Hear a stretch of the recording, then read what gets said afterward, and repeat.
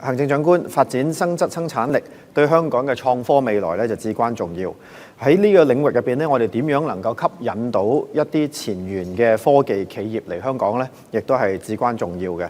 咁其實特首所開嗰幾個科技領域入邊啦，氫能啊、低空經濟啊、生命科技方面咧，其實我都遇到好多呢方面領先嘅企業係對香港有好高嘅認知，亦都認為香港可以作為個基地嘅。咁但係有啲出發點唔同啦，可能氫能啊、低空經濟方面咧，佢哋想經過香港咧出海走出去，開通國際市場。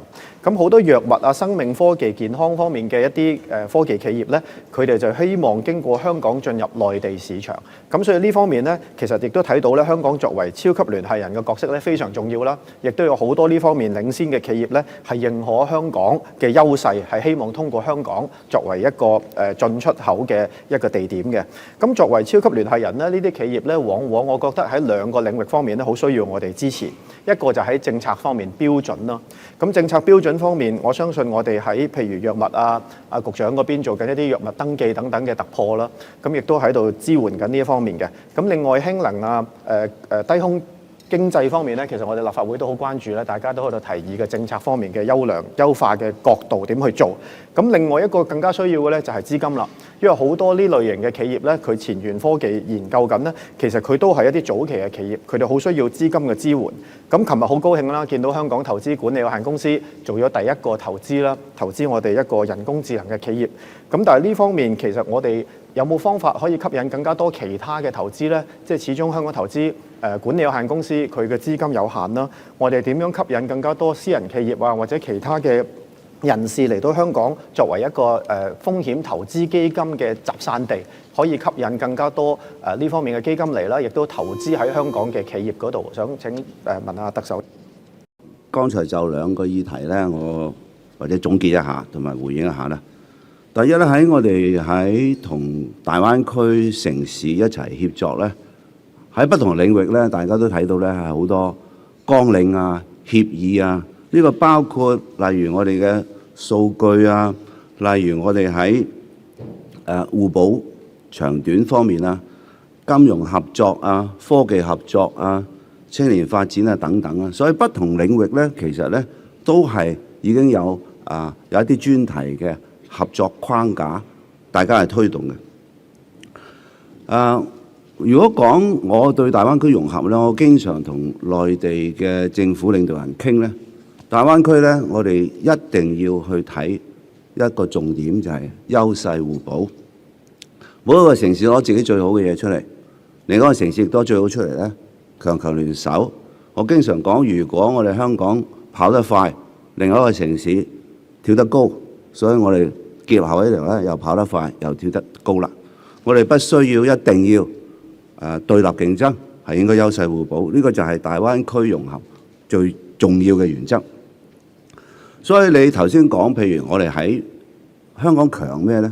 香港強係人才、國際化、資金，但係香港短缺呢就係土地。香港亦都短缺呢都係人手，因為講勞動力嘅時候，好多時咧都係缺乏嘅。喺不同嘅領域咧都有不同嘅合作方法嘅。例如你話產業鏈，當然啦，好多可以真真正正係做製造嘅。內地有地方嘅優勢，有勞動力嘅優勢，亦都有價廉嘅優勢。咁喺呢度，我哋點樣同佢配合呢？就係我哋如果真係有啲好嘅科研產品，我哋喺上游做得好嘅科研，做好中轉啦，就可以同內地一齊去合作。咁有上中下游，我覺得香港呢最強係上游。而家我哋強化緊中游，內地肯定下游好強，亦都喺上中游都有強嘅地方。但係因為香港呢，我覺得我哋嘅科研呢，的確喺國際認為係好有優勢嘅。第一，包括我哋有5個百強大學啦。我哋今日都睇到報紙有講，我哋有3個大學係入到世界100個影響力最大嘅。我哋嘅科技，如果以香港加埋深圳加埋廣州，以數碼競爭群體嚟講，我哋世界第2。所以剛才講得啱，我哋係一定要聯手嘅。針對講我哋金融方面啊，要資金啊，有議員提及嘅，我非常認同嘅。資金係我哋嘅優勢。如果你睇我哋香港交易所我哋好多時都比鄰近嘅一啲國家比啊，即係我都唔需要講。如果比較嚟講咧，我哋包括成交量啊，以及我哋嘅市值咧，都係好幾倍嘅，啊，有啲過10倍添。個意思咩咧？任何喺香港上市嘅間公司，佢所吸引嘅投資者更多，幾倍、幾十倍咁多，資金更多，咁即係話咧買賣啊係容易啦。咁有咩好處咧？就係資金吸引你咪嚟咯。咁所以咧，搞活我哋嘅金融中心係好重要，搞活我哋嘅交易所很重要。咁喺我哋新質生產力點樣用咧？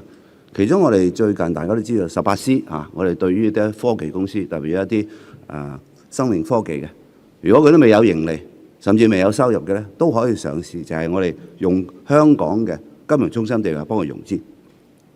我哋仲有咧，當然啦，喺發債方面咧，我哋係亞洲區啊，發債係領先者嚟嘅，特別係綠債。